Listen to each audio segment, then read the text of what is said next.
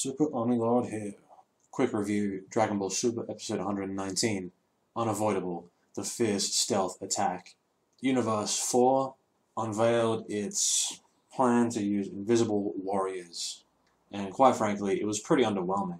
Piccolo unfortunately was kicked out, and really, if he could just dodge, yeah, he'd still be on here, but the thing is, Universe 7 is like way overpowered. I know there's Jiren, but Universe 7, they're just doing so good right now. So you kind of had to kick someone out. It's sad to see Piccolo go, but man, could it really have been Universe 7 doing so good all the way up to the end? I don't think so. Unless, right at the end, after they kick all the other universes out, Jiren just knocks out like 85% of Universe 7 in some show of force, and then they're like, whoa, okay, let's start taking this seriously. I could see that. I could still see that happening, in fact. Of course, with the next episode coming out, it's going to be Gohan versus Robot Dude, which I think people saw this robot transformation coming, this robot fusion coming for a while. If you looked at him, you could tell one was the legs, one was the arms, one was the head, sort of thing. So that's going to be interesting to see how that goes. Maybe Gohan gets kicked out, or maybe Gohan reaches a new level. I don't really know.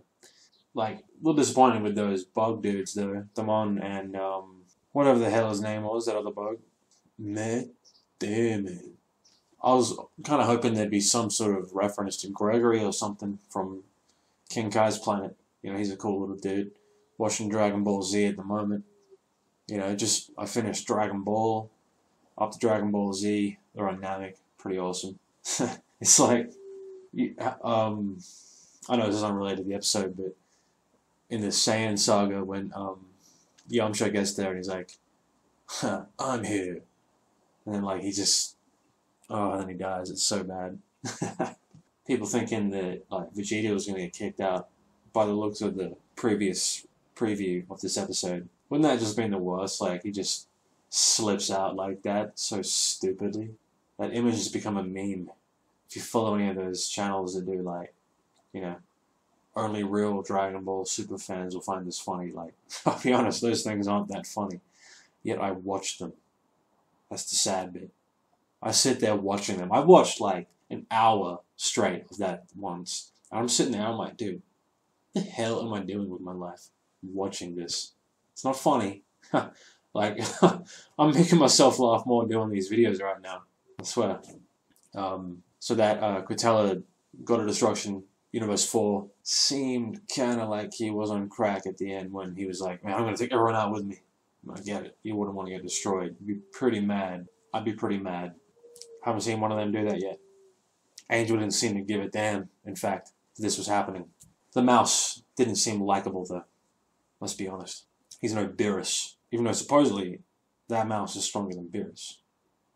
So that's interesting. I don't know what he was going to do anyway, but he was immediately erased. But I think they kind of should have let him do something. But it just goes to show, you raise your hand at that little blue man, the Zenos, and it just doesn't go well. See, my problem with Piccolo getting eliminated like he did is that he has extendable arms, and he could have just grabbed onto the stage and pulled himself up. So, screw that. That's one thing. Just felt a bit cheap. Also, that move Piccolo did, where he was covered in that yellow energy, and then he goes and releases it in all directions. That is the same move he used against Goku in the World Martial Arts Tournament in the end of Dragon Ball. It's just interesting to note that. They're sort of doing a whole lot of playbacks to that. That's why it's great to watch Dragon Ball and Dragon Ball Z again from the beginning, to really get all the references they're making. Also, watching Dragon Ball and then Dragon Ball Z, because when I first got into Dragon Ball, I watched Dragon Ball Z. That's how I started it. So I didn't even have any concept of Dragon Ball at the time. And then you get into Dragon Ball Z and you're like, oh man, Chi-Chi is such a bitch. And she is, don't get me wrong. But if you watch from Dragon Ball than Dragon Ball Z, it's kind of makes a bit more sense. I remember when I first watched it, she was like, I don't want Gohan hanging out with Master Roshi. He's going to get him to swim from sharks and all this shit. I'm like, what the hell, Chi-Chi? You're making this shit up. And then you watch Dragon Ball, you're like, oh, Okay, it's pretty accurate. It's pretty accurate. And damn it, at the end of this tournament, bring back Launch. For God's sake, she was a good character. Tien needs that because he has got nothing else. I guess he's got the dojo, but come on. If you saw my previous video, just give Tien something. Then he can have that urine chick and Launch, and then they can have some butting heads a bit. It's gonna be good, man. And not many fighters left, are there, in this tournament? Now, spoiler alert, right here. Although I think we're kind of expecting this anyway. We might be getting Ultra Instinct Vegeta coming up. Not next episode though. One of the episodes next year, early next year. We might also be getting Ultra Instinct Vegito. Now, my thoughts, and it's been the thoughts of many others, and it makes sense. Whis commented that Goku had the defensive side of the Ultra Instinct down, but he couldn't stop thinking when he was doing the attacks. Whereas Vegeta, you see how he's quick to the punch? Well, I argue that he has the Ultra Instinct of offense. And that's what he'll get. And he will go against Jiren, and he will fail, and then Goku will come along, and he will fail, and it's kind of like, oh, you know, we got to join together. Let's do the fusion dance, or Beerus just like throws him the earrings, because they still have them. See that happening?